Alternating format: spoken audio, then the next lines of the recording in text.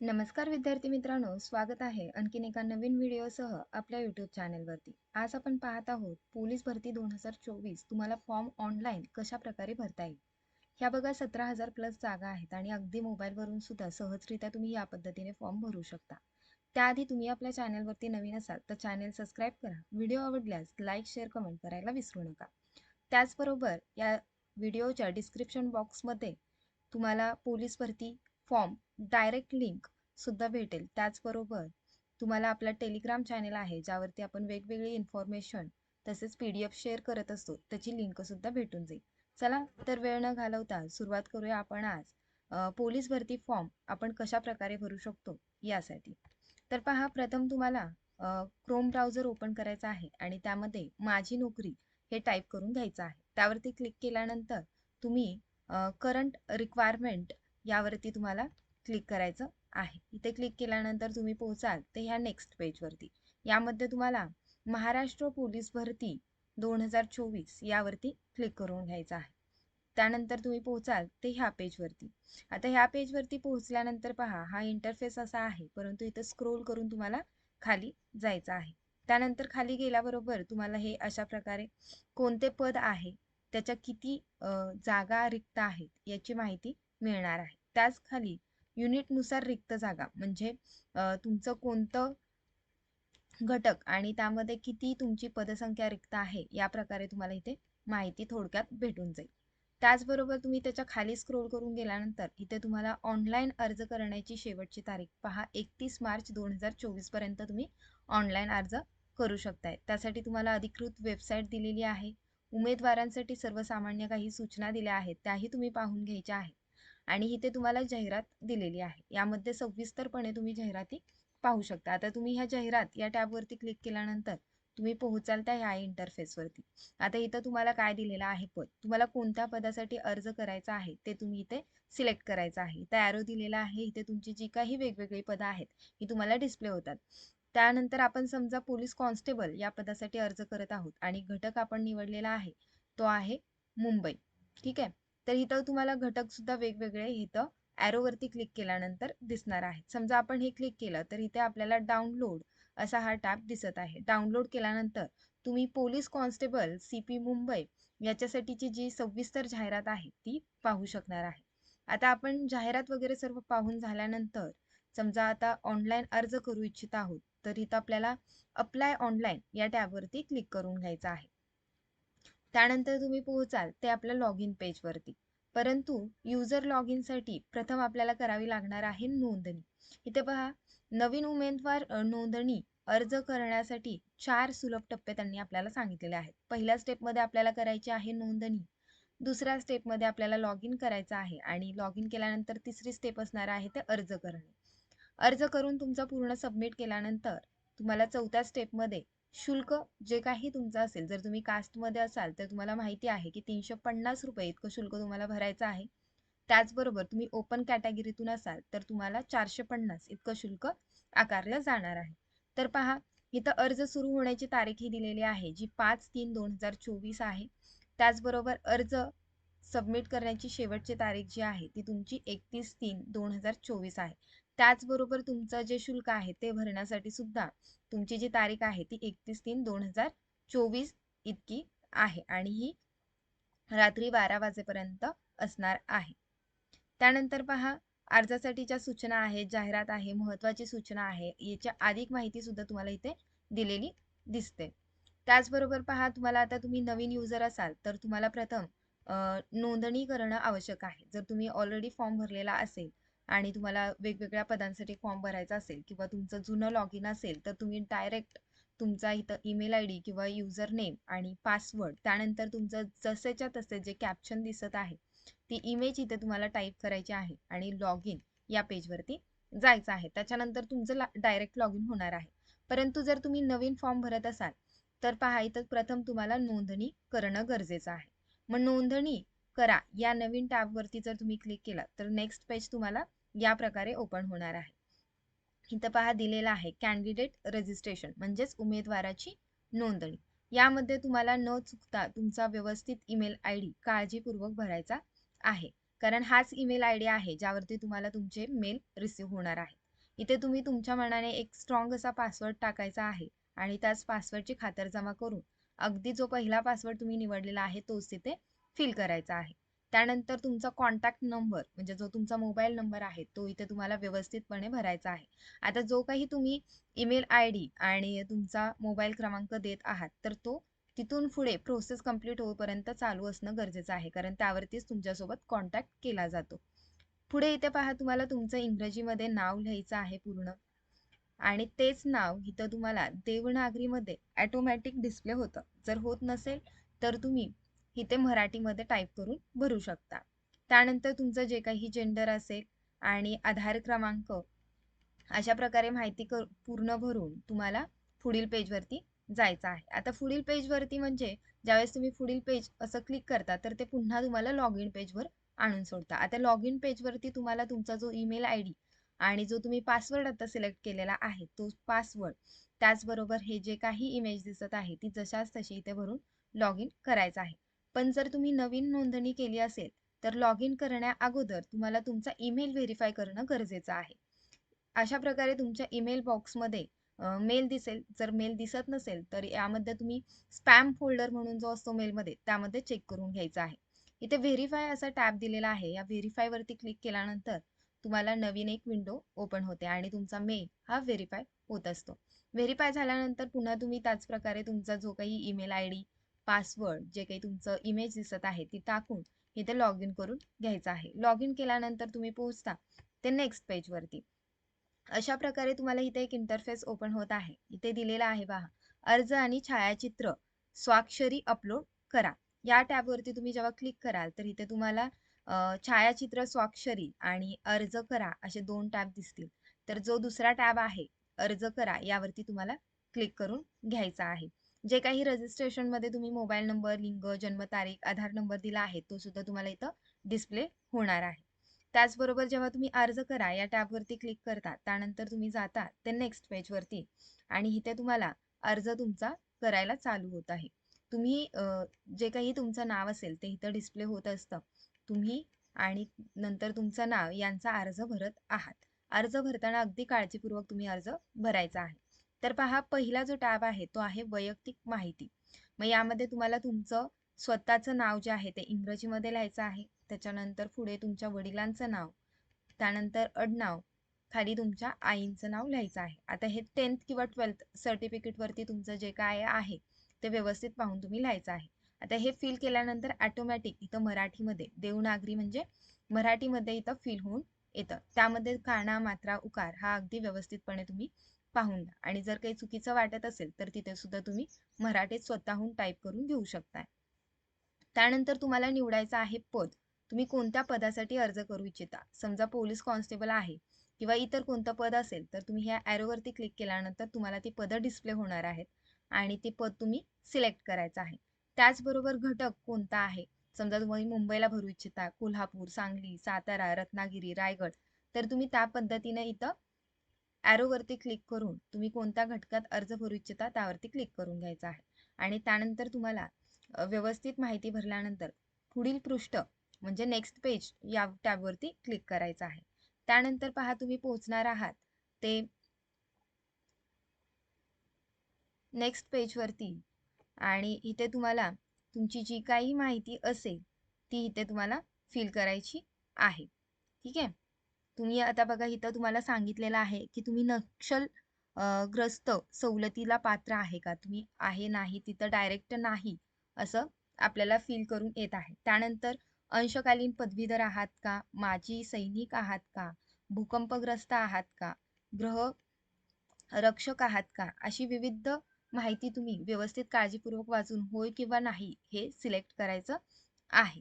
त्यानंतर तुम्ही कोणत्या प्रवर्गातून फॉर्म भरू इच्छिता. समजा आता आपण SC कास्ट ही सिलेक्ट केली, ठीक आहे, तर किंवा तुम्ही VJNT असाल, OBC असेल तर इथं ॲरोवरती क्लिक केल्यानंतर तुम्हाला ते दिसणार आहे.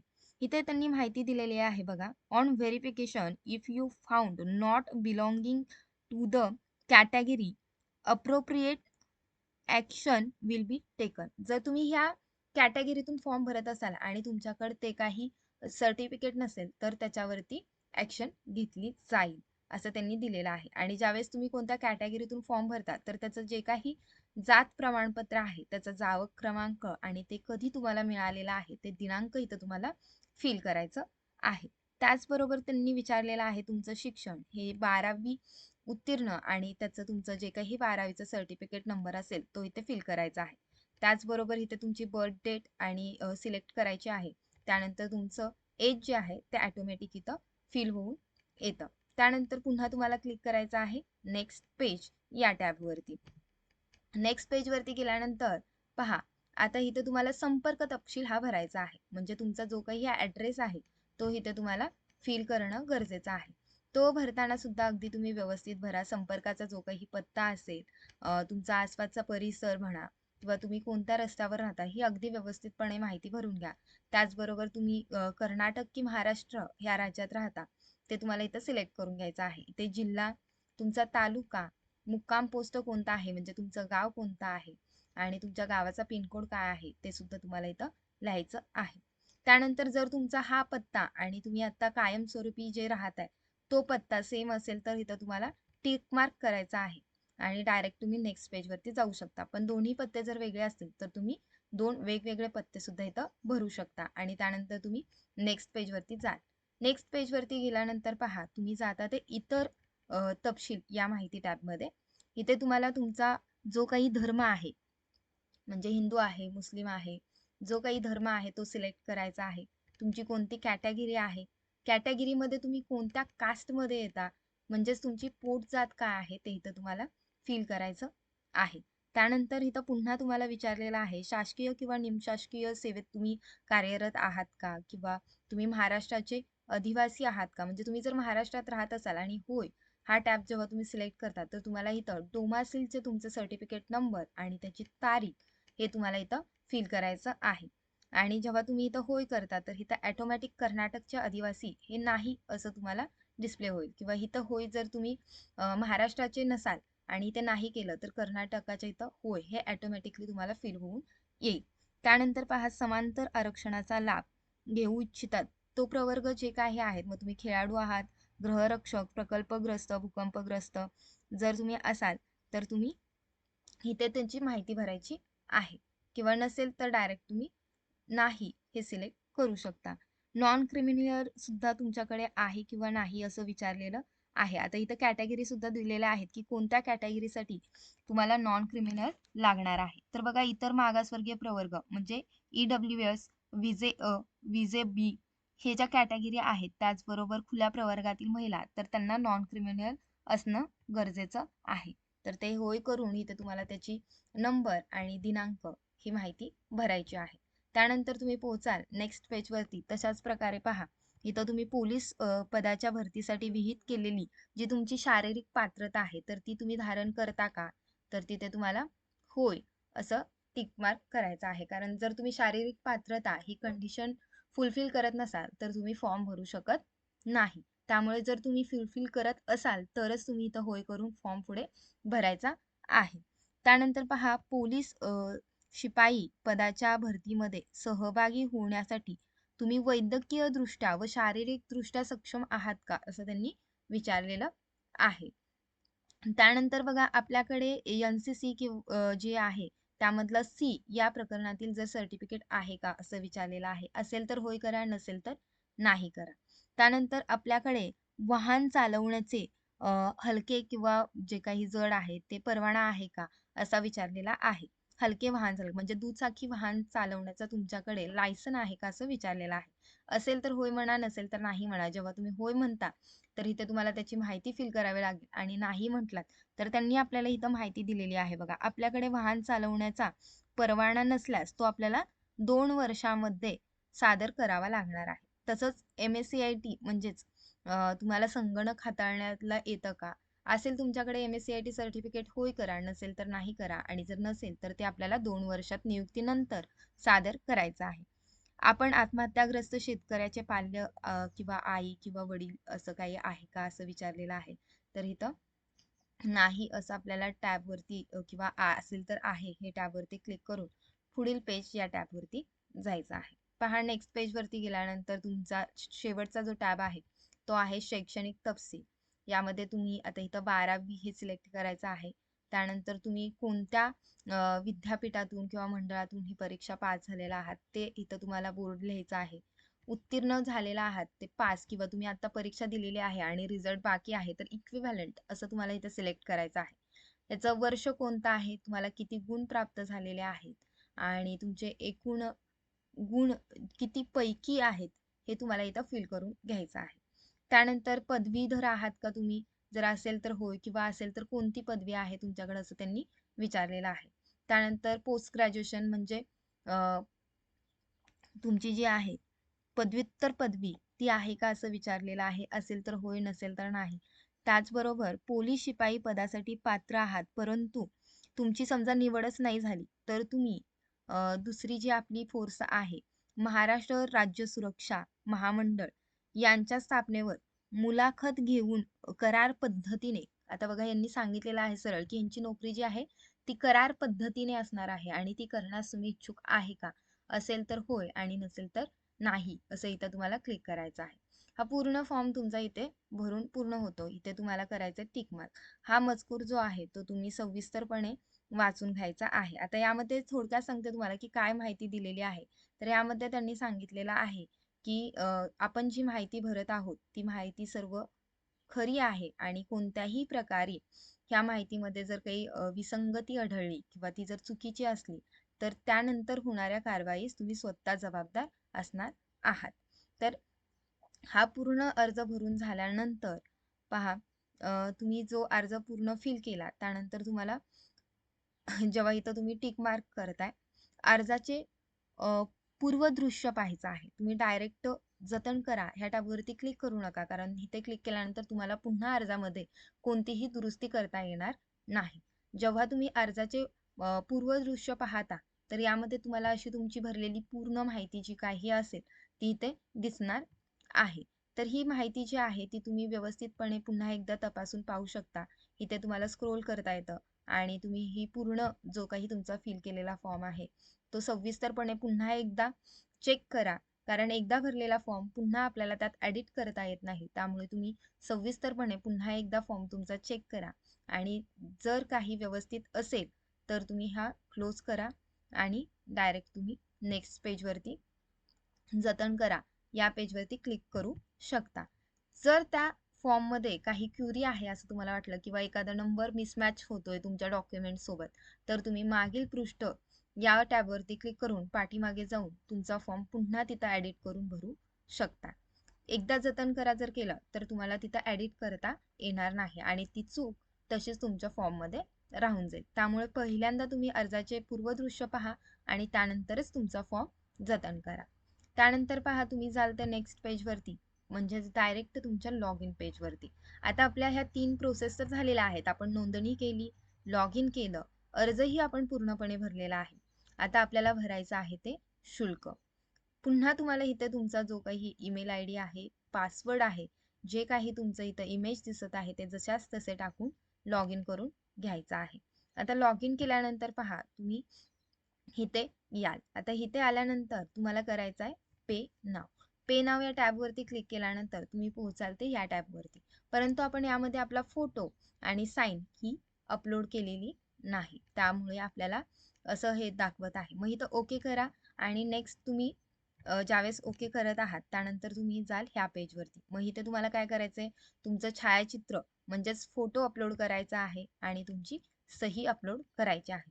आता फोटो अपलोड करायला बघा इथं छायाचित्र अपलोड करा या टॅबवरती जाऊन तुम्ही फोटो अपलोड करू शकता. आता फोटो कशा प्रकारचा असावा तर ती माहिती सुद्धा यांनी इथं दिलेली आहे बघा. जे फोटो आहे तुमचा तो JPG, PNG किंवा TIFF स्वरूपातच असावा. त्या छायाचित्राचा जो आकार आहे तो 5 ते 20 KB पर्यंत असावा. छायाचित्राची रुंदी जी आहे ती 160 पिक्सेल ही झाली तुमच्या फोटोची रुंदी आणि त्याची जी उंची ती आहे ती 200 ते 212 पिक्सेल इतकी असणं गरजेचं आहे. अशा प्रकारे तुम्ही तुमचा फोटो जो आहे तो क्रॉप करायचा आहे. ठीक आहे. क्रॉप करण्याचे सुद्धा इथं तुम्हाला माहिती दिलेली आहे. चूज करायची फाईल ब्राउझरवरती क्लिक करायचं आणि अपलोड करण्याचं छायाचित्र तुम्हाला निवडायचं आहे.